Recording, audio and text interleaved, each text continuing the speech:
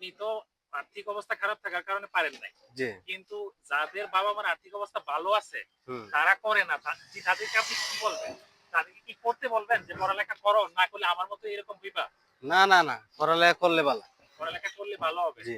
নাইলে তো আপনার মতোই কোনো না কোনো বেকার কাজ করতে হইব, হ্যাঁ, যেটার হ্যাঁ। মধ্যে কোনো শিক্ষার দীক্ষা আমার লাগে না। মতই ঘুরন লাগবো ১০ মাইল ২০ মাইল। ভাই, মানুষের চেহারা দেওয়ান লাগবো। মানুষের এ চেহারা দেখতে হইব, এবারে তারপরে মাইয়া লোকের সাথে ঘন, ঘন আলাপ করন লাগবো। আলাপ করা লাগবে। এরপরে দাম চাইলে একরকম দিব বুঝছেন না? আরেক রকম। ২০ টাকার মাল কইবো ১০ টাকা। আবার অনেকে আপনার অবমূল্যায়নও তো করে। লাগান যেত না। লাগাও চাইতো না। আবার অনেকে অবমূল্যায়ন করে না, ইজ্জত দেয় না। জি। এই বেটা ইটা বেচা আবার বড়, বড় কথা কও। হ্যাঁ। এরকম আছে না?